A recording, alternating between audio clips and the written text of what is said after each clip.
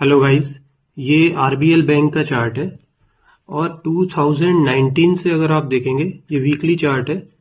लंबे time frame का है चार्ट और 2019 से ये लगातार अपने एक डाउन ट्रेंड में था।